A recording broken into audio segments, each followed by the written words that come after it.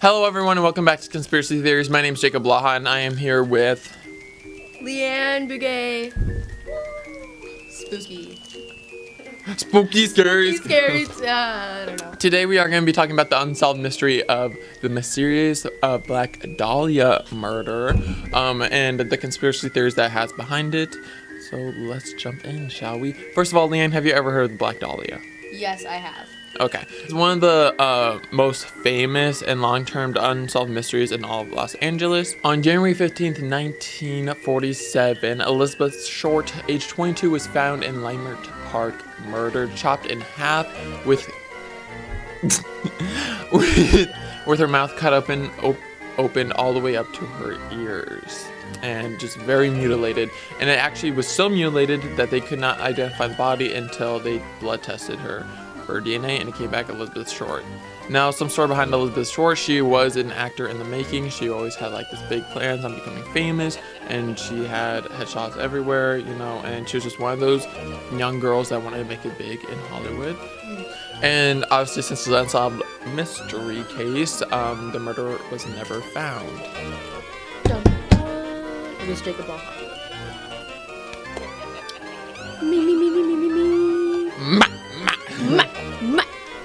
At around 10 a.m., a local resident named Betty was walking around with her daughter, and she found the dead body. And then immediately after, Betty and her daughter called the police. One popular theory is that Mark Hansen called the Los Angeles editor office and offered to mail all of her belongings to the office. The next day, her birth certificate, photos, business cards, and a bunch of other belongings showed up.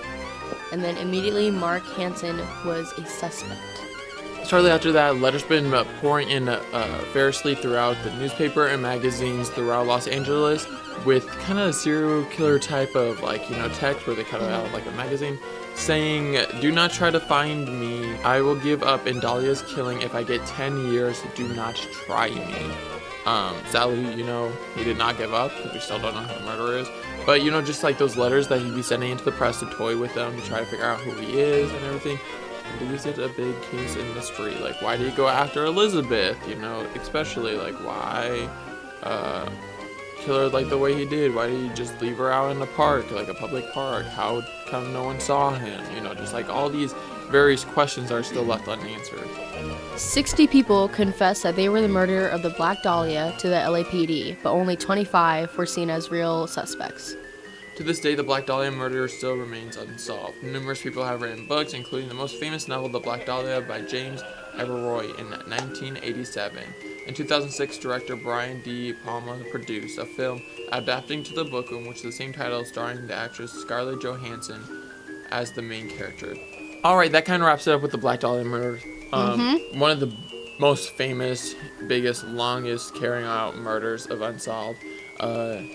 It's very, very strange how, these intelligent people can get away with such an easy and, sloppy crime that they came. A lot of still, conspiracy theories out there and mysteries and unanswered questions.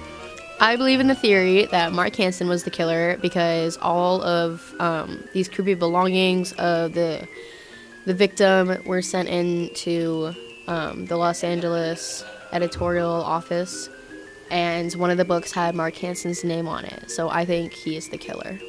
I don't know. I believe that none of them are, right now. I feel like, the killer, if he was able to get away with such a sloppy crime now in public, with, tons of people, he obviously wouldn't be, purposely giving his name up. I think he'd be a lot more clever than leaving, his name inside a book or, Alright, that wraps it up for this week's conspiracy theories. Let us know on Twitter at Thunderbeat what you think about the Black Dahlia and who you think killed them, and any other conspiracy theories that go along with it.